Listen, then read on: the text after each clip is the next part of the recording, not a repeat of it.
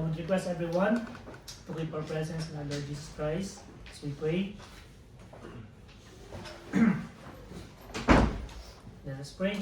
Our Heavenly Father, our Lord of Lords, our King of Kings, Creator of heaven and earth, Lord, maraming salamat po muli, Panginoon, sa pribileyo nito na kami po ay makapagsama-sama upang makapag-aral po ng inyong salita through this home Bible study. Thank you, Lord, for your protection sa bawat isa. Despite of the busy schedule, O Lord, inalaw niyo po kami na makarating po ngayong gabi nito. And we remember also our brethren na hindi po makakarating. Kung sila po ay may sakit, O Lord, please heal them, Lord, physically. At kung sila po ay business po sa kanilang trabaho, Lord, we pray that the employer will allow them, O Lord, next time to give the free time, O Lord, sa mga gawain ninyo, Panginoon. And we remember them in our prayer, protect them, O Lord.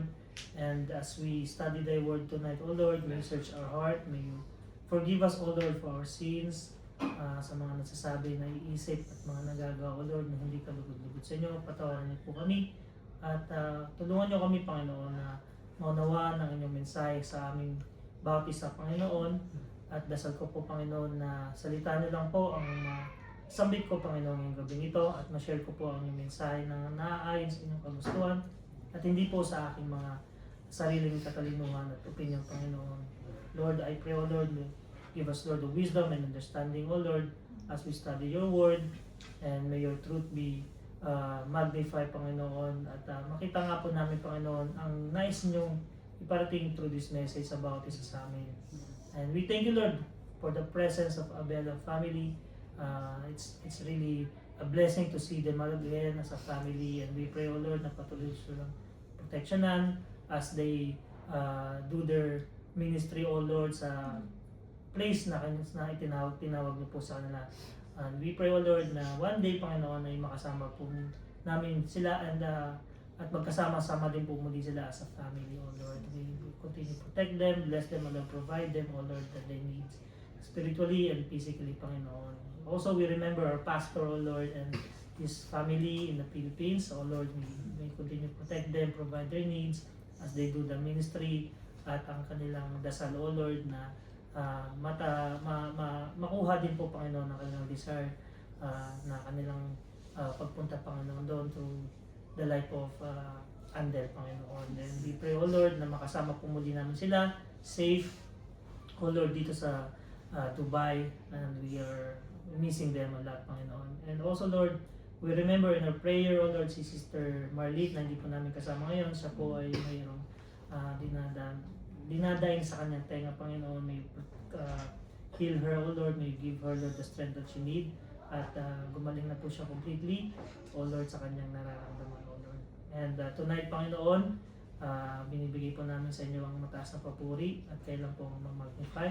At dasal po namin po, Panginoon, ang lugar nila Brother Kirby na patuloy niyong magamit sa inyong gawain at ipatuloy niyo po i-bless ang kanyang family sa pag-alaw po nila, sa generous heart po nila na pagpapagamit sa ilang tahanan sa inyong gawain.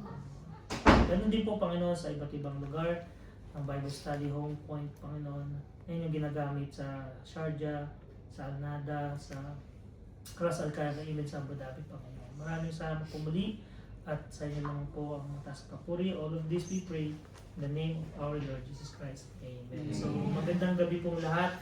Again, welcome po sa bawat isa. Lalo na po kay Brother Santi, nais namin si Brother Santi. So, and of course, Abela family. Ang laki na ni Johan. Sa susunod na dating nila, mayroon ng isa. Ano ng pangalan? Johanna? Yung pangalan na? Yana? O, lapit. Di ba? Yana, malapit. Mukhang may kaago na si ate, Chika. Happy nga siya. Amen. So again, welcome po sa ating Bible study. So, ngayong gabi, ang ating pag-aaralan ay isa po sa mga naging devotion ko for the last week. At i-detalye lang po natin ngayon. At ang title po ng ating pag-aaralan ay Decisions Made Without Consulting God. Napakaganda po na itong mensahe na ito nung nabasa ko po as devotion. It really pricked my heart and it's a reminder for me personally and I wanted to share it to you. Ito po ay makukuha natin sa buhay ni Lot. Now, I believe most of you or some of you knows already yung nangyari kay Lot. it is a refresher, it is a reminder. But for those who will first encounter itong story ni Lot, marami po tayong makukuhang lesson na magagamit natin for sure sa ating spiritual life, and even sa sa how we deal with our life. So I would like to request everyone, actually itong font na to ay mula chapter 13 to 19, but we will not be reading the whole verse, otherwise bukas pa tayo matatapos. So we will be reading Genesis chapter 13 verses 8 to 13 lamang, and then we will go through the one by one later. So I'll everyone to read along with me chapter 13 verses 8 until 13. Are we there? Amen. So let us read all together slowly hanggang 13 po. Reading now verse 8. And Abram said unto Lot, Let there be no strife, I pray thee, between me and thee, and between my herdmen and thy herdmen, for we be brethren. Is not the whole land before thee? Separate thyself, I pray thee, from me. If thou wilt take the left hand, then I will go to the right.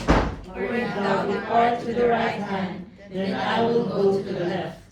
And Lot lifted up his eyes, and beheld all the plain of Jordan, that it was well watered everywhere, before the Lord destroyed Sodom and Gomorrah, even as the garden of the Lord, like the land of Egypt, as thou comest unto Zoar. Let Lot choose him all plain of Jordan, and Lot journeyed east, and they separated themselves the one from the other. Abram dwelt in the land of Canaan, and Lot dwelt in the cities of the plain, and pitched his tent towards Sodom. Last verse. But the men of Sodom were wicked and sinners before the Lord exceedingly. So ito po yung nabasa natin ay patungkol po ang tema sa believer na ligtas and yet waste much of his life or her life by making decisions without seeking God's will. Ito po yung makikita natin along the way as we study the life of Lot. At key verse po natin dito, as paulit-ulit, yung favorite verse, Proverbs 3:5-6, Trust in the Lord with all thine heart, and lean not unto thy own understanding. In all thy ways acknowledge Him, and He shall direct thy paths. Ito pong verse na to, ang pag-iikutan ng prinsipyo po ng ating lesson ngayong gabi nito. And as a background, as an introduction, sa nabasa po natin, no, hindi lang natin binasa kabuuan, si Lot, dati kala ko babae siya, yung hindi pa talaga ako nag-ano eh. Sabi Lot, Salot, yan yung mga, yan yung mga papasok, pero hindi yun eh. Si Lot po ay nephew ni Abraham, pamangkin ni Abraham. At siya po ay believer, no? Sabi nung, pag hindi mo siya gano'ng kilala dahil nga sa nangyari sa kanya, pagkakamalan mo siyang unbeliever. Pero, biblically speaking, si Lot ay believer. Kasi sa 2 Peter 2:7, tinawag po siyang just person, just Lot. Ibig sabihin, pag nabanggit ang just, no, sa Bible, siya po ay righteous or morally okay na tao. So, siya po ay mananampalataya at righteous man as described by the Bible, biblically speaking. So, clear po tayo doon, si Lot ay hindi salot. Okay? Tanggalin niyo po sa isipan niyo kasi madaming naisip, si Lot, salot. Hindi po. Siya po ay believer like us. So, sana po along the way, makita natin dito yung reflection. No? Yet, si Abraham and Lot, galing sila sa Egypt.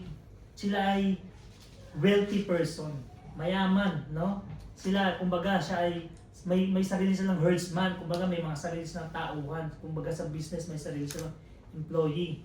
And ang sabi dito, bakit may mga nasayang na oras sa buhay ni Lot, no? Makikita natin dito si Lot, Yet, when we study his life, we see a man who wasted many opportunities because he repeatedly made decisions based on his sight, based on his profit. Kasi businessman na profit, dun sa comfort, worldly advantage, rather than seeking God's direction. At marami po sa mga Christian nowadays are like Lot, no? Guilty po din tayo dito paminsan-minsan. They are saved but their choices are made without prayers and without seeking God's will. Ang resulta, maraming regret sa buhay. Sana pala, di ba? Dahil nga, di ba? Ang resulta, spiritual loss. Ang resulta, nasisira yung testimony. Anong resulta, kung ano-ano pa. Tingnan natin kung ano ang nangyari kay Lot. Kaya dapat po tayo matuto dito.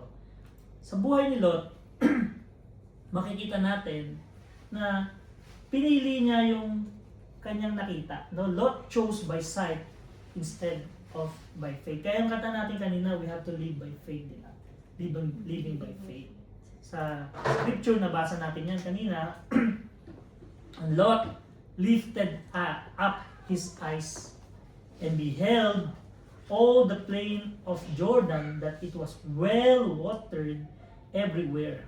Ito yung nabasa natin kanina sa Genesis 13, verse 10. Nabasa ba natin? 10, no? Magsimula tayo sa 10, yes.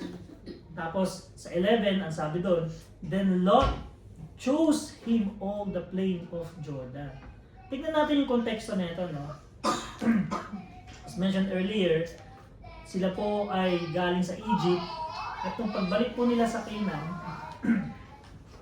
nakita ni Lot at ni Abraham yung kanilang mga employee.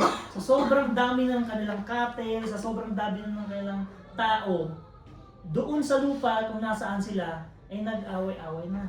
Hey, parang ganito na yan no? Yung may business ka, may business ako, tapos nasa isang lugar kayo, property namin to, hindi amin to. So nagkaroon na ng strife yung mga tauhan, kumbaga ni Abraham at Lot. Minsan makikita mo yan dito sa family, no? Kung sino pa yung magkakamag-anak, sila yung nag-aaway sa lupa. Minsan nagpapatayan pa no? Di ba? Ito yung nangyari, hindi bago Ito nangyari na yun dito So, anong ginawa ni Abraham tsaka ni Lot? Nag-usap sila, we have to separate. Ito yung paghihiwalay, hindi dahil magkaaway sila. Dahil gusto nilang i-protect yung relationship na meron sila. So hindi lahat ng naghihiwalay is emotional damage. No? So, dito, ang sabi dito,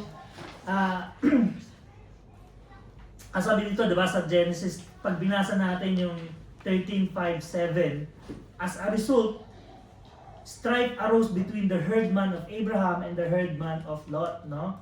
To prevent the conflict, Abraham graciously offered Lot the first choice of the land, even though Abraham was the elder and had God-given right to choose first. So nakita natin dito, dinemonstrate ni Abraham by faith na puprovidean siya ng kanyang Panginoon, no? Regardless of which land, kung ano yung matira sa kanya. Kasi naunang pipili si Lot Ang sabi dito ni Lot sa 13, and Lot lifted up his eyes. Nakita niya. So nung sabi, kumbaga kung i-imagine mo, sige pumili ka, ano sa'yo dyan? Yung kung sa kaliwa ka, dito sa basa natin na, kung pipiliin mo yung kaliwa, akin yung kanan. Kung pipiliin mo yung kanan, akin kaliwa. Kung ano na lang yung sa akin matira. Nakita ni Lot, ang ganda na ito, green. No? So nabasa natin, well-watered. So doon na ako, ang ganda sa paningin Yan, yung nakita niya, no? Fertile plain of Jordan appear to be prosperous, appear to be productive, and attractive. Ganyan kasi nakukuha tayo kung saan yung attractive Doon tayo Diba? It looked like perfect place to increase his wealth and secure his future. Wala namang masama doon kung yun talaga yung gusto natin, di ba? Ito yung nangyayari kay Lot. Yet Lot, anong nangyari? Failed to consider the spiritual danger that existed there. The very next verse reveals us, yung last verse na nabasa natin kanina, sa 13, tingnan niyo po uli, ang sabi doon, Sabi sa 13, di ba?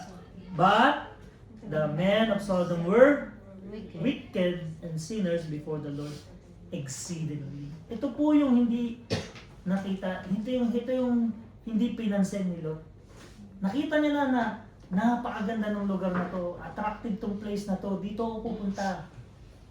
Pero sinabi na ng Panginoon, itong place na to ay place ng makasalanan. Pero binaliwala niya. Ganon tayo minsan, no? Minsan, makikita natin yung, si Lot nakita niya yung green fields, he ignored the moral corruption. He evaluated the land by appearance rather than by God's perspective. Instead of seeking the Lord's direction, he followed what it seemed best to do for human reasoning. Ito po yung sinundan niya. The decision became the turning point of his life. Sabi niya, sa 12, dun sa Genesis 10:12, dun sabi niya, Abraham dwelled in the land of Canaan, and Lot dwelt in the cities of plain, and pitched his tent toward Sodom. Dito makikita natin, hindi pa mismo siya sa Sodom nakatira. Tumira. Doon lang sa malapit sa Sodom, no? Makikita natin dito. Eventually, sa 19, pag tumalon tayo sa 19:1, dito na makikita na tumira sa, basahin natin para makita natin yung konteksto. Paunti-unti lumapit muna siya, nagkuha ng tent kasama ng mga herdsmen niya.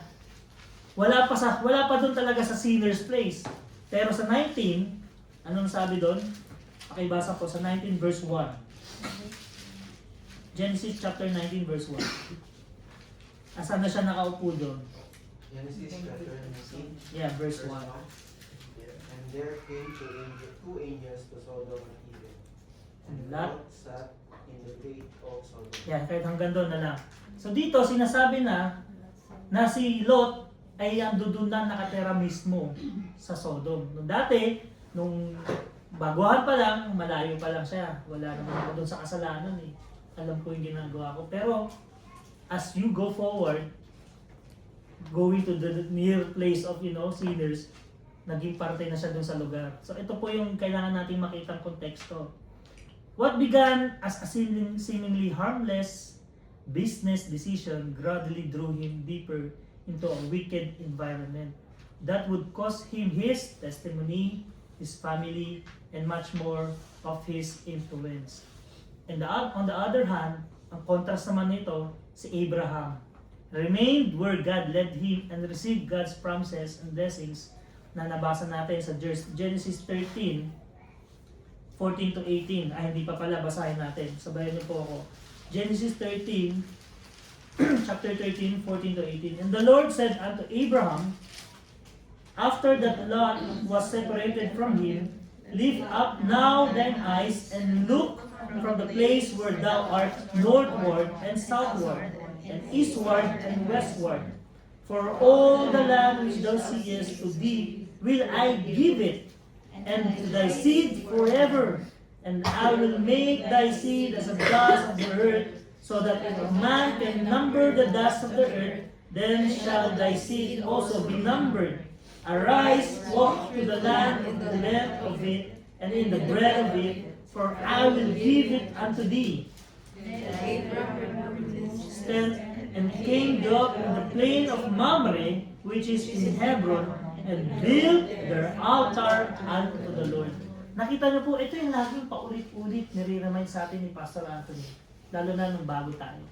Whenever we go, we have to build an altar to the Lord. No. Ito po yung ginawa ni Abraham. Ito yung contrast ng dalawa. Na hindi ginawa ni Lot, no? Makikita natin dito, Lot's mistake was not choosing the land. Hindi dahil dun sa maganda yung land. It was choosing without consulting to God. Natusundan po natin, yung po yung malaking pagkakamali ni Lot. Hindi dahil sa maganda yung lugar. Hindi naman sinabi ng Panginoon, pumili tayo ng pangit Pero, we have to consult God. Ito po yung hindi nagawa ni Lord.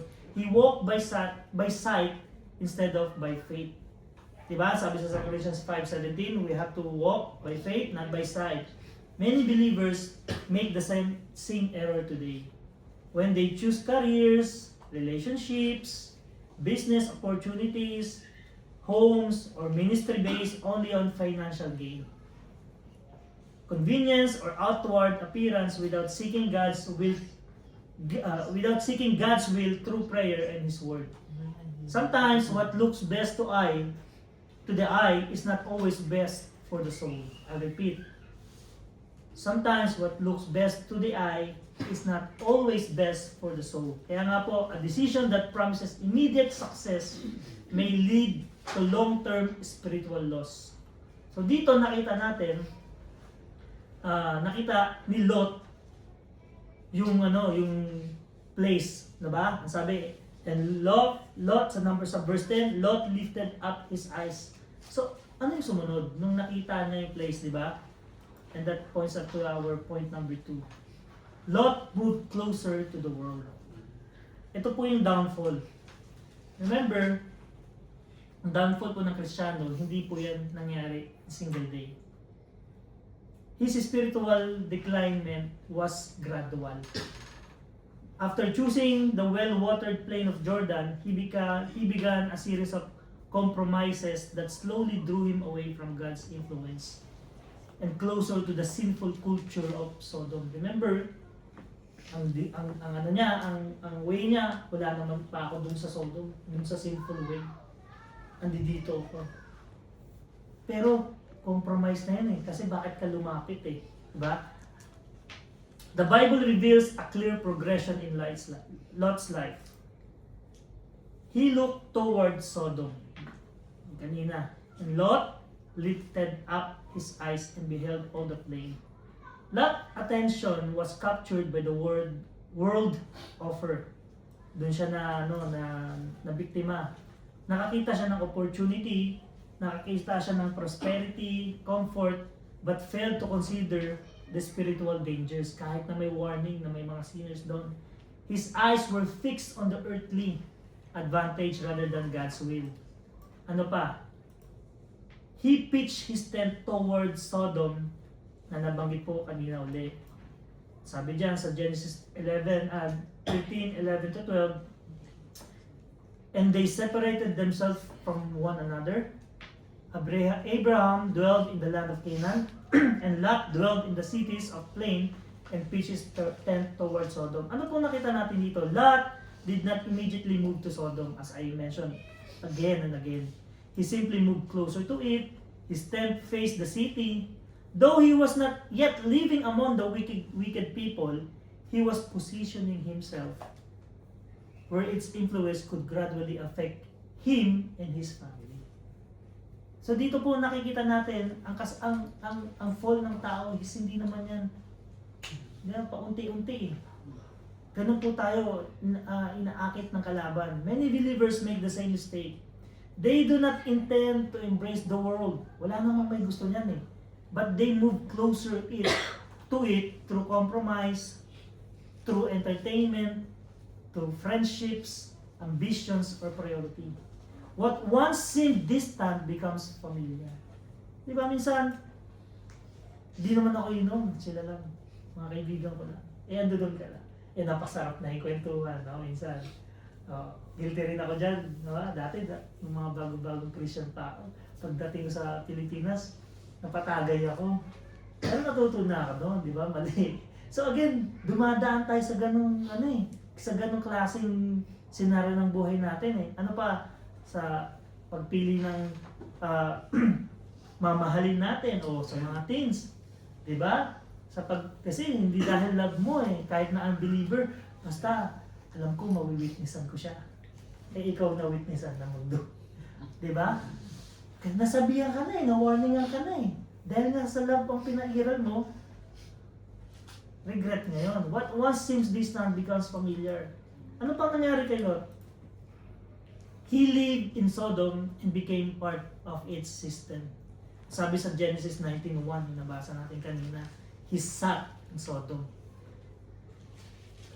The city gate was where yung kaninang binanggit sa 19:1, diba sabi he was sitting at the Sodom gate, city gate.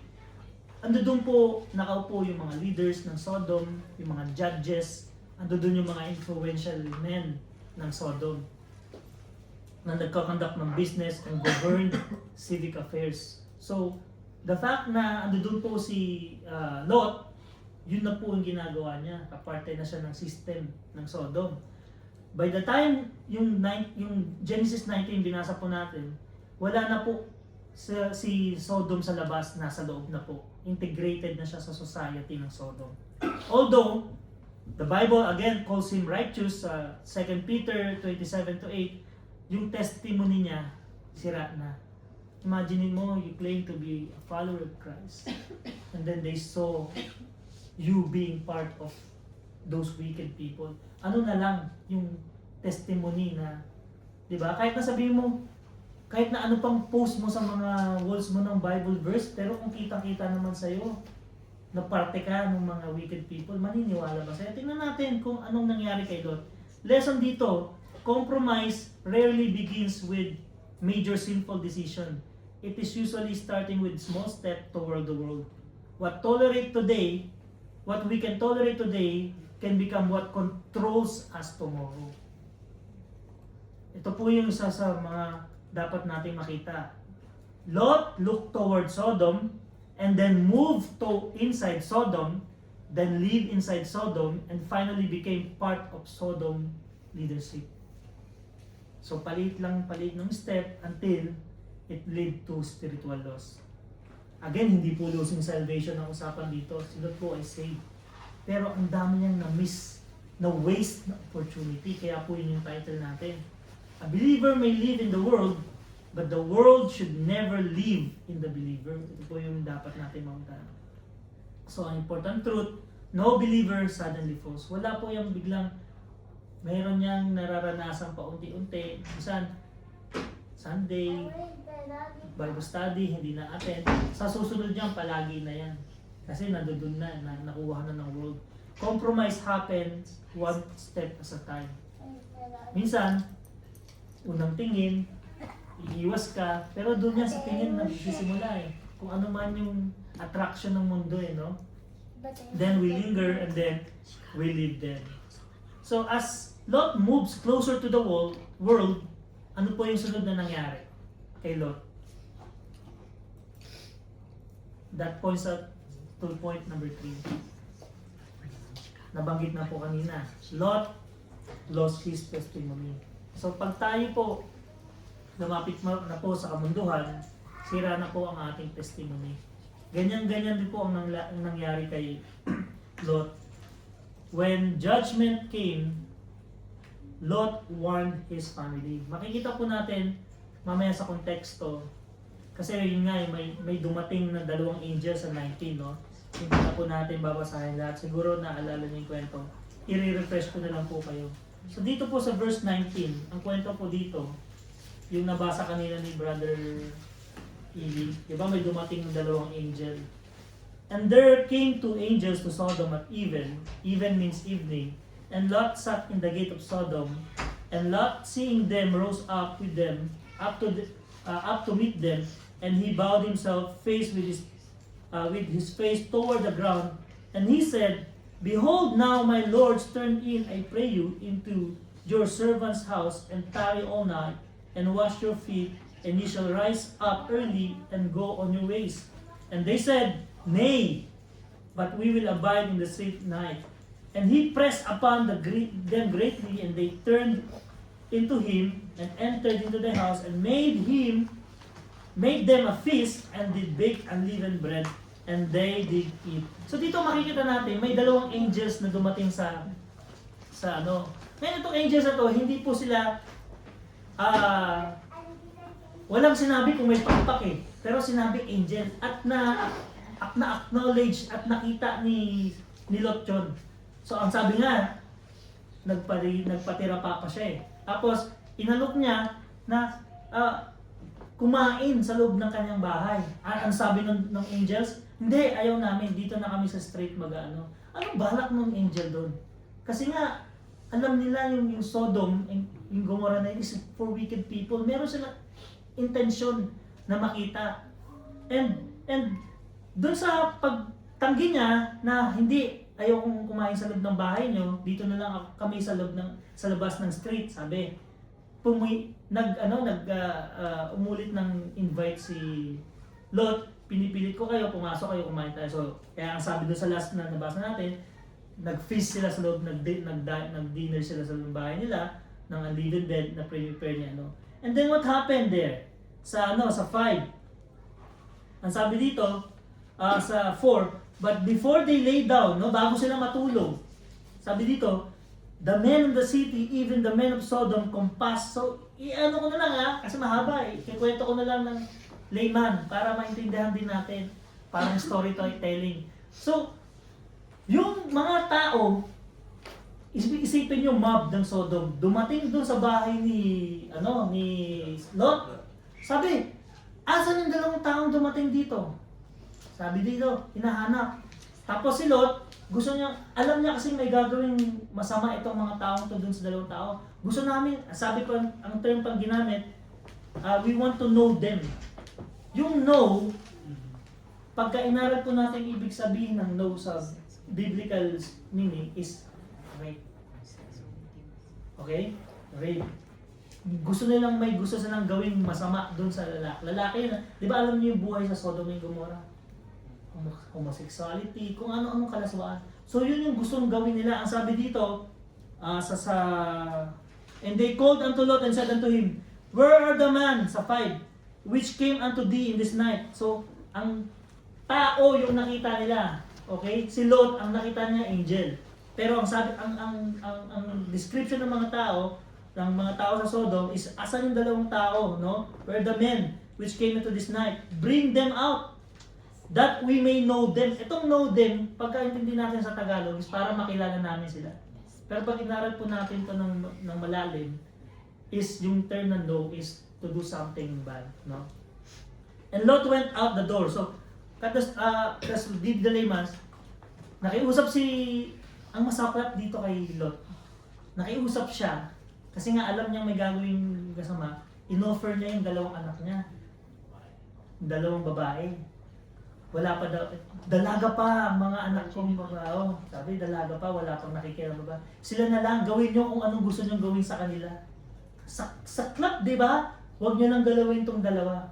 Ang saklap. So, imagine that, and they said, stand back, and so, hinatak ngayon si Lot nung angel pabalik. Sarado. Anong ginawa ng angel? Binulag niya yung mga tao sa labas para hindi sila makita and so on. Cut the story short, winarningan. Lot, kailangan mong alisin ang iyong family dahil wawasakin ko na ang place na to dahil sa sobrang ka-wickedness ng mga tao. So, ang sabi, parang ayaw pa ni pero nagbigay na siya ng warning ngayon doon sa kanyang in-laws, di ba? Ang sabi dito,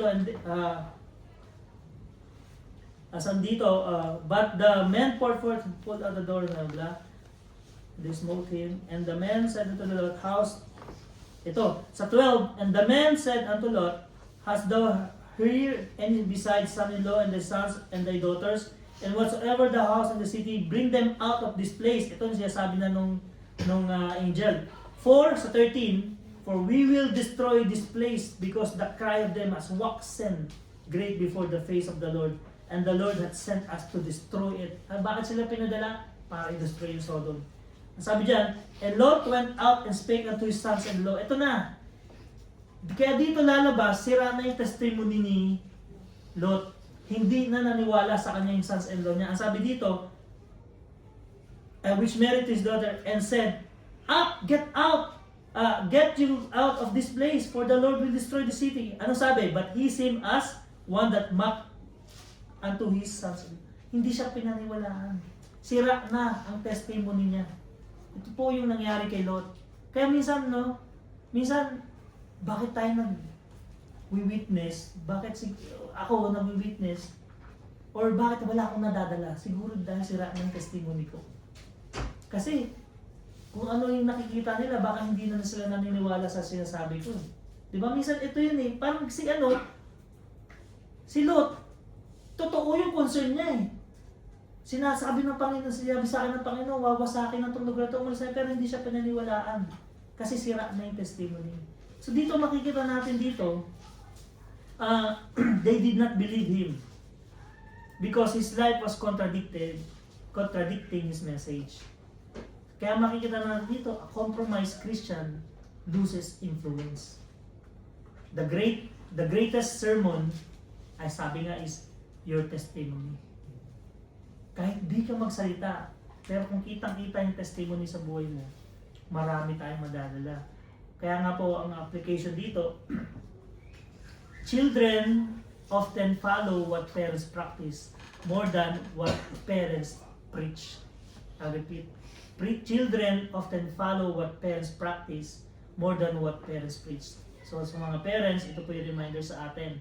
Si Lot po spends years building wealth but neglected spiritual leadership. When he finally spoke for God, nobody listened. Ito po yung masaklap na nangyari. So, as Lot moved closer to the world, Lot lost his testimony. What happened next? So, as we go closer to the world, nawawala yung testimony natin. Ano yung nangyari kay Lot? Ito po yung fourth point natin, no? Lot lost much of his family. Ito po yung masaklap. What happened, no? Una, nabanggit kanina, his sons in-law perished, no? Ito po yung as we go through the verse 19, no? Ano pa? His married daughters remained behind. His wife looked back and died. Basahin po natin yung verse 19:26. Pakibasa po.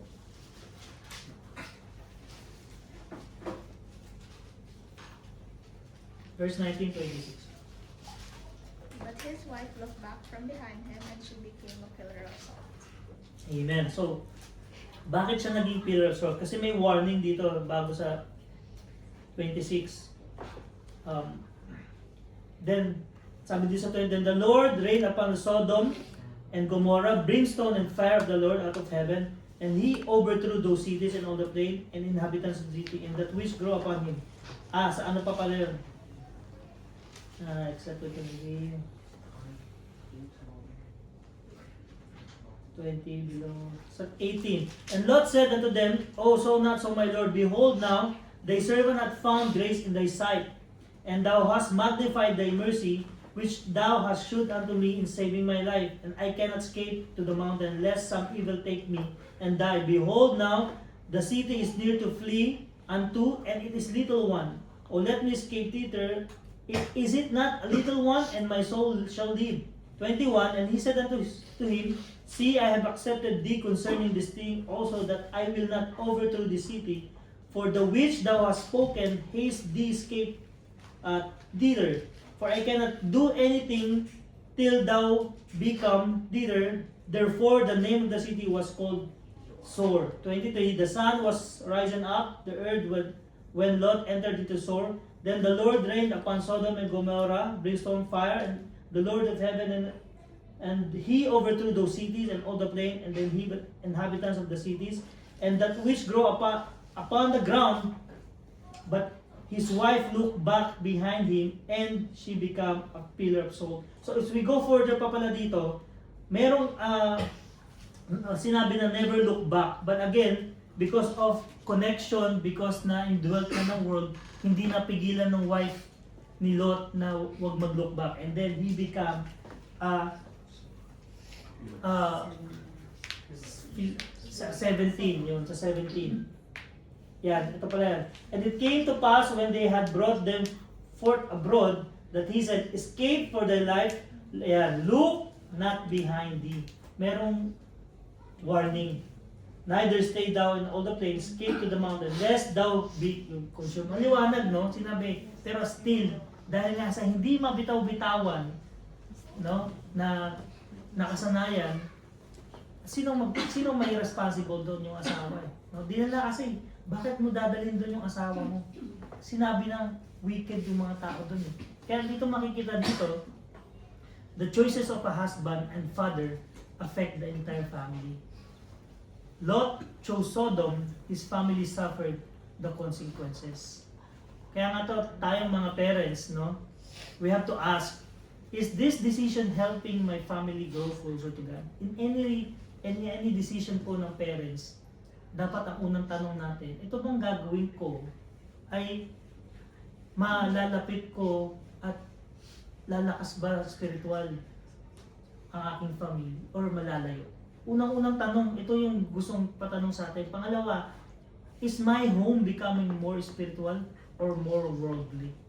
Ito po yung mga tanong na dapat natin tanongin. So Lot, as he moved closer to the world, he lost his testimony, he lost his family, no? Some of his family kasi nakasama niya yung dalawang anak niya pa eh. At ang next na nawala kay Lot, he lost his possession. He lost his position. Diba? Ang saklap, ang tagal mong pinaghirapan, ang tagal mong investan. Invest ka doon, na-scam ka lang. Diba? Lot lost his possession. Anong sabi dyan? He lost everything he worked for was destroyed.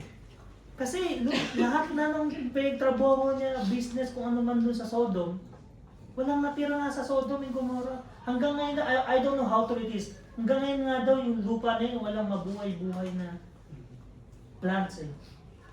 Scientifically speaking, wala daw. Because of the whatever chemical na, hindi natin alam kasi it's the work of God.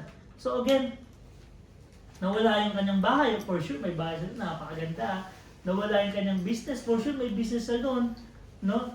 His investments, his reputation, everything stayed behind in Sodom. Kaya nga po makikita natin dito, dun sa 1925, and he overthrew those cities.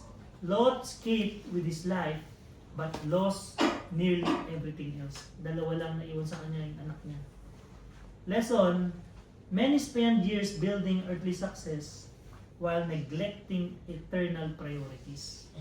One day, alam naman natin, lahat ng earthly possessions natin will be left behind. Pero hindi tayo tinuturuan wag mag-save, wag mag-earn ng business. Meron pong may mga preaching din po tayo mga lesson na tayo dapat maging steward ng Panginoon, di ba? Yun nga, kung tayo pinagkatiwalaan ng 5 talents, we have to double it up. Pero again, ito pong story ni Lot is nag-focus po siya masyado dun sa kanyang possession without, di ba, yung ating title, without consulting God. So, we saw Lot here move to the world. He lost his testimony. Ano yung sumunod? Family. He lost his family. And then he lost his possession. Anong nangyari? Kung mangyayari ito sa atin, usually, yung mga nangyayari sa balita, matino ka pa ba? Di ba nakakabaliw to? Personally speaking, in reality, di ba mawala nga lang yung family, baka sisa ka na eh, di ba? Mawala pa yung pinaghirapan mo na matagal, wala na lahat natira eh. Anong nangyari kay Lot? Lot ended his life in shame. Hindi po to bago. We heard a lot of this in the news. It could happen to us if we are heading towards what's happening to Lot. Lot. Remember, Lot began wealthy. Mayaman siya. Lahat na nasa kanya. Leader siya. Siya ay blessed. Even kasama-kasama niya pa si Abraham. No? But saan siya nagtapos? Hindi siya nagtapos sa isang magandang city. Hindi rin siya nagtapos sa isang magandang palace. Hindi rin siya nagtapos as a prosperous man. Lot went up of Zoar and dwelt in the mountain. Ang sabi sa verse 19, chapter 19, verse 13. Sabi dyan, and Lot went up of the Zoar and dwelt in the mountain. He ended in a cave. Imagine that, from a nice place to cave. He ended up in the mountain. The final recorded chapter of Lot's life was tragic. A man who was once had so much ended with very little spiritual fruit to show. Again, hindi po ito losing salvation, Pero ang dami niyang nasayang na opportunity. So what are the lessons that we can learn? Tingnan natin yung contrast, no, between Abraham and Lot. Si Abraham consulted God. Lot consulted himself. Abraham became known as a friend of God. Lot became a warning to us believers. He's a warning to us. And what happened in his life gives lessons to us today. Lessons na makikita natin. Every major decision should be brought before God. Sabi sa verse 3:6, life verse, in all thy ways, lahat po ng ating pamamaraan, acknowledge Him, at siya po ang magdadirect ng ating daraanan. Ito po yung sinasabi sa Proverbs 3:6. Ano bang samples ng major decision? O yan, sa mga kakasal dyan, marriage. Basahin po natin, 2 Corinthians 6 po. Ito po yung familiar verse na po, no? Basahin po.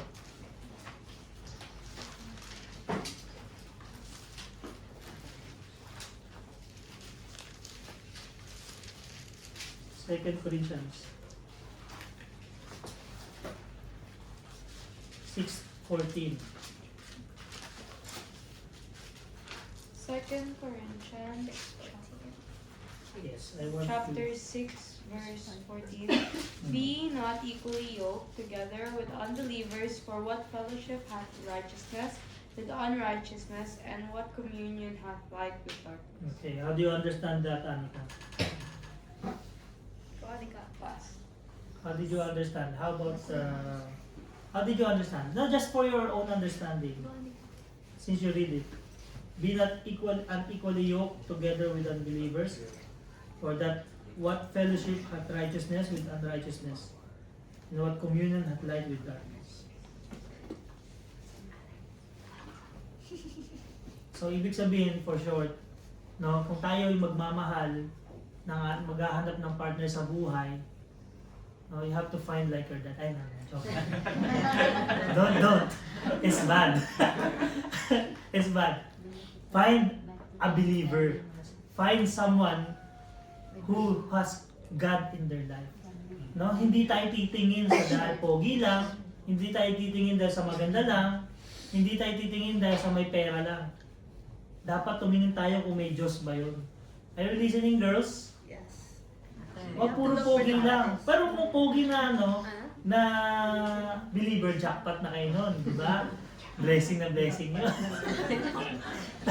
Reality, huwag tayo magpapadala sa kilig. Okay? Mga opa-opa na yan. Pag masyado opa nga, pero opakan naman kayo. Di ba? Baka ibigti namin.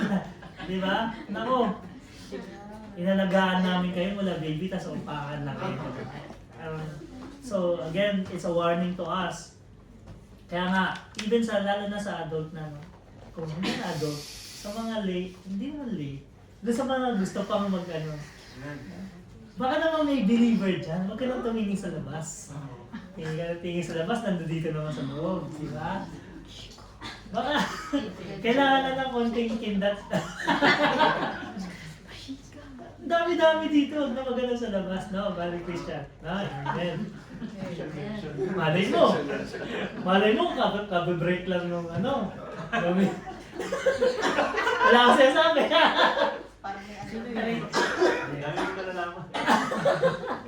So dapat believers, no? Kasi minsan, dahil sa udyok ng puso, kahit na hindi siya believer, nagmamahalan kami. Okay, wala namang magbabawal sa'yo eh. Hindi ka naman pagbabawalan ng pastor eh. Sasabihin lang sa'yo, pastor, ito yung biblical way. Ayan, ang regret, nasa sa'yo. Ang consequences, nasa sa'yo niya na. Hindi nagkulang ang salita ng Panginoon. So again, career. So, sa mga things din to. Or sa ating mga young professionals. A job may offer more money, but harm your spiritual life or family. Di ba? Minsan, dahil sa pangangailangan talaga eh. Wala namang masama, pero dapat talaga kailangan hindi natin tanggalin sa equation yung spiritual. Kung pera lang ang habol natin, tas wala na sa equation ng Panginoon, meron pong consequences na mangyayari, no? So ito po yung warning sa atin. Or kung saan natin gustong tumira. O Genesis 13:10, yung nabasa natin kanina, like Lot. Diba? Pinapili siya, saan mo gusto tumira? Ang nakita niya lang yung maganda, yung prosperous, ang ganda ng bansang to. Pero wala naman siyang, pero alam niya na yung bansang yun is wicked. Pero ang ganda. Prosperous. Ang dami niyang opportunity na makukuha, pero wicked. So again, we have to be reminded, kung tayo hahanap ng titirahan, dapat merong tayong dahilan at ang number one reason is because for our family to become more spiritual, no? Business. Mark 8:36, basahin natin.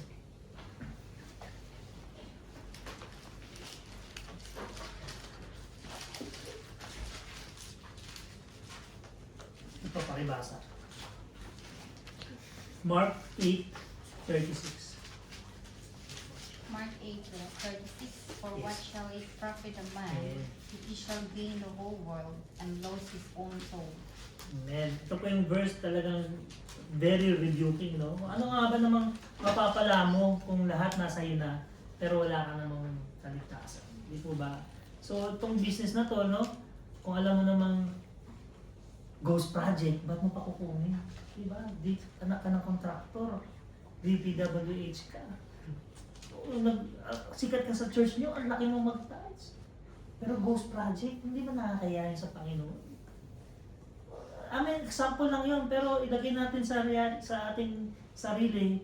Ikaw, nag-a-approve ka ng project sa trabaho mo. Di ba? Tapos kinunta ka ng contractor, bibigyan kita ng ganito, sa akin may award. Tempting. Bibigyan ako personally, bibigyan daw ako ng 100,000, may offer sa akin, bigay ko ng, ano to ha? Totoo to ha? Hindi direkta, sabi, bro, Mark, it's Christmas. Santa Claus called me. He wants to give you 100,000. Kinabahan talaga ka nun, 100,000. Hindi mo madadampot yan sa... Nag-pray talaga ako. Sabi ko, hindi pwede. Wala, the more na hindi ko binabago yung evaluation, kasi hindi kaya eh. Diba? Parang, diba, again, hindi dahil sa tinatas, kasi natuto na, naturo na sa atin eh. Hahawakan ka sa leg, buti na lang, no? Kasi pag once na nagkaroon kayo ng transaction in the future, hawak ka na sa leeg. Eh, kailangan tatakutin, i-frame up ka pa.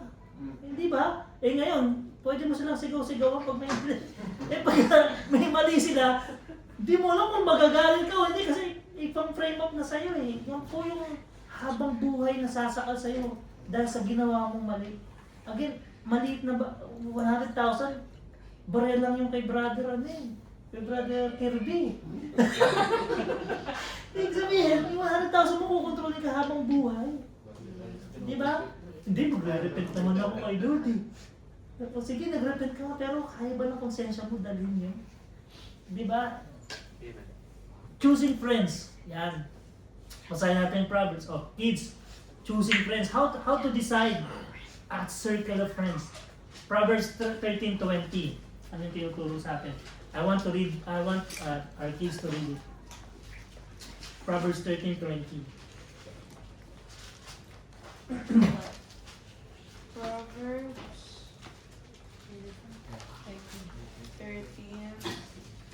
13:20. verse 20. Okay, 3, 2, 1.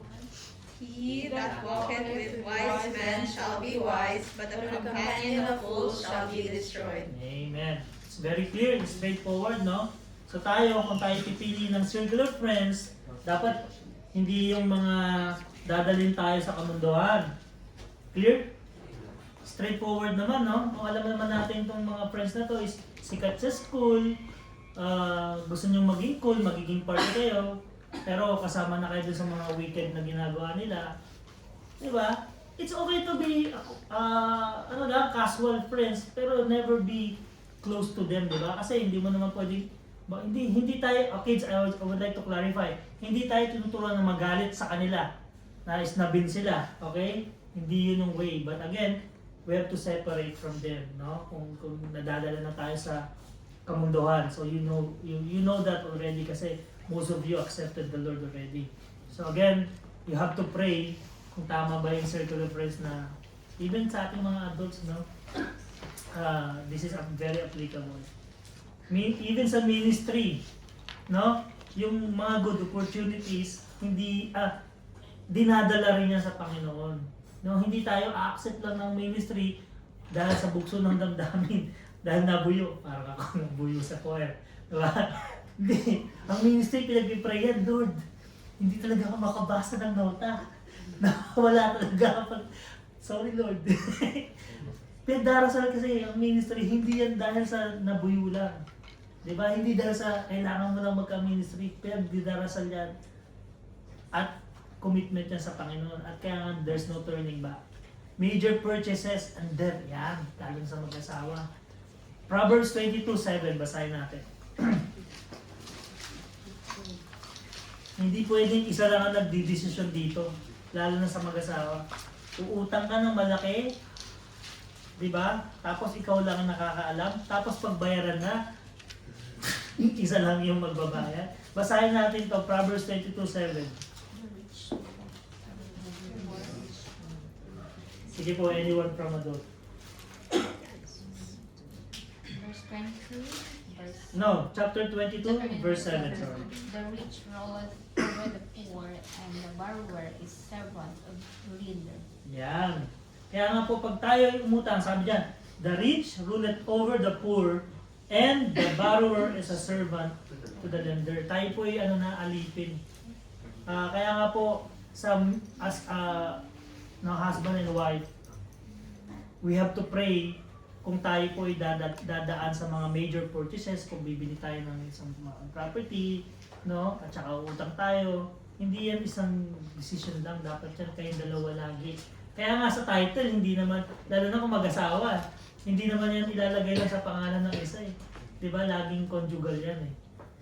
No? Again, it's a major decision, we have to pray for it, and whatever happens, kung may mangyari man, you both, di ba, walang sisihan. Sabi ko sa iyo eh. Di ba, yun ang mahirap doon, yung nagsisisihan eh. No, pwedeng nagsisisihan kasi hindi mo sinabi sa akin eh. Yan, di ba? Wala na, nagkahiwalay. Yun po yung mga consequences eh. No? So again, family decisions, no? Again, ito po isa rin pinag-pray. Decision affecting the spouse and children should be made prayerfully. James 1:5, we will end here. James 1:5. Marami pa po, pero ito lang po yung ating dadaanan, no? Every major decision should be brought before God. James 1:5, anong sabi? If any of you lacks wisdom, let them ask of God, and give it to all men liberally, and upbraided not, and it shall be given unto you. Amen. So again, any decision po, no, with regard sa ating asawa, at children, for example, pag-aaralin ba natin siya dito, homeschooling ba siya, ilalay ba natin sa kanya, hindi yan, bahala na, hindi, pray yan, no? Naalala ko tong si Rene, no, yung sikat na basketball player. Ang saklap na nangyari sa kanya, after all what happened, ang doon na siya sa, papunta na siya sa makukuha niya na yung dream niya.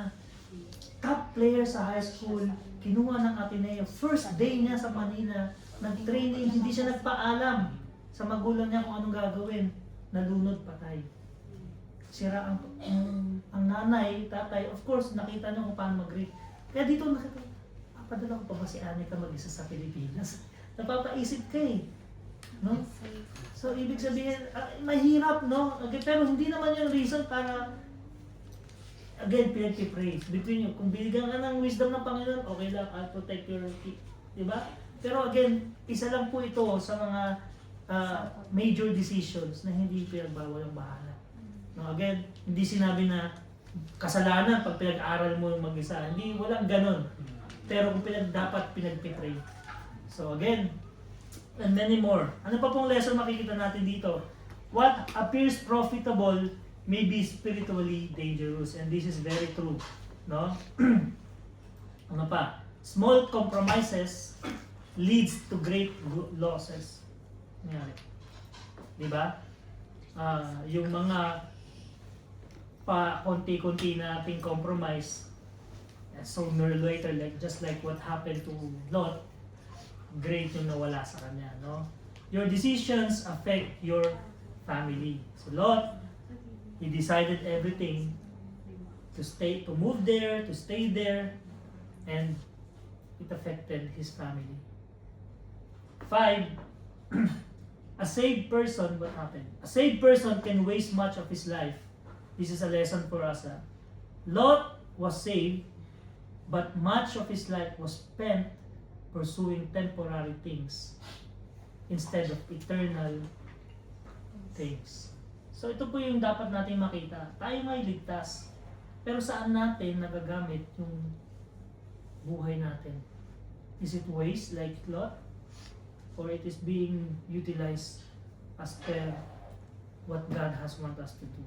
So as a conclusion, Lot's life is not a story about losing salvation. It is a story about wasting opportunities. He was saved, but he was ineffective. Blessed, but compromised. Prosperous, but spiritually poor. When we fail to seek God's will, we may gain the world and lose the very things that matters most. Ang sabi sa Ephesians 5:16, let us all read together, redeeming the time because the days are evil. Kaya ang challenge po sa atin mga kapatid, before making our next decision, tanungin po natin yung sarili natin. Simple lang po yung tanong, am I choosing like Abraham? Or by faith? Or I'm choosing like Lot by sight? Ito po yung simpleng tanong. Ang tanong naman is hindi yung mapapatawad ba ako ng Panginoon. Kasi for sure, yung mapapatawad ba ako ng mga Panginoon sa mga maling nagawa ko, for sure, patatawain ka niya. If you will just repent. 100% sure.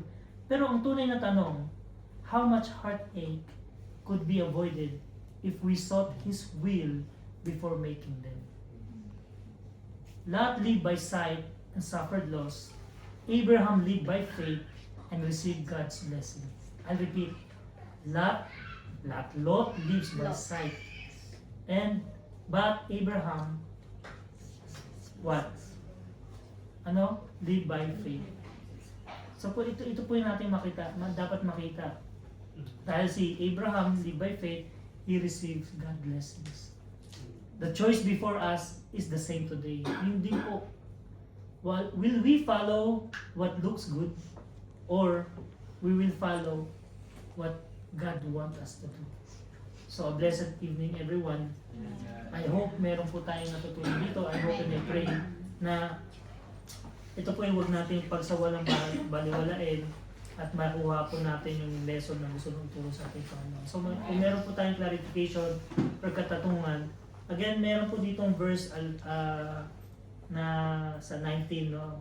Hindi ko na binasa kasi medyo hindi maganda sa mga bata. Okay, so if you go through there, yung verse na yan, makikita niyo naman po. So again, meron po clarification or dagdag na information about the lesson from any of our teachers? Wala na po. Sige po, amen. Praise God. I would request Brother Eli to pray for close and for the food. Let's pray. Our Heavenly Father, Lord, thank you for this evening that we have given start. Maraming salamat po sa lesson na ibinigay po sa amin ngayong gabi, Panginoon. Yes, Lord. Makita po namin, Panginoon, yung tamang pagpili, Panginoon, Yes, sir. sa aming mga plans, Lord. And that is dun sa kalooban niyo po, Panginoon. Maraming salamat po kay Brother Dennis sa Thank you, Lord. pagdadami, Panginoon, sa amin para magturo ng inyong salita, Panginoon, and continue to use Him, Panginoon, sa kanyang pag-preach, Panginoon, ng inyong salita. And also, Lord, for His work, Lord, continue to bless Him, Panginoon. Yes, yes. Patuloy na magbibigay ng favor sa kanya, Panginoon, sa kanyang work, Panginoon. And ganito, Panginoon, sa kanyang family, Lord. Continue to bless them, Lord, and guide them, Lord. I also pray, Panginoon, yung tahanan ito, Panginoon. Maraming Yes. salamat, Panginoon, na patuloy pong open, Panginoon, ng tahanan, Panginoon, ng mga galas, Panginoon, para Yes, Lord. sa pag-aaral namin ng inyong salita, Panginoon. Yes. Thank you, Lord, for sa presence, Panginoon, ng bawat isa, Panginoon, na despite of our busy schedule, Panginoon, patuloy po niyo kami dinadala, Panginoon, sa gawain ito, Panginoon. Kaya po, Panginoon, maraming salamat po or kayo po ang patuloy na mag-ingat sa aming pag-uwi mamaya, Panginoon. Kayo po ang patuloy na mag-bless, Panginoon, sa pagsasaluhan namin ngayong gabi, Yes. Panginoon. Patuloy niyo pong i-bless din, Panginoon, ang prepare po nito, Panginoon. Yes. At kayo po ang siya manguna, Panginoon, ay magbigay sa amin ng ng kalakasan physically, Lord. Patawad po, Panginoon, sa aming mga pagkakasalang Yes. nagagawa namin, Panginoon. Kung aming samot na lang sa pangalang Jesus. Amen. Amen. Thank you po, mga kapatid.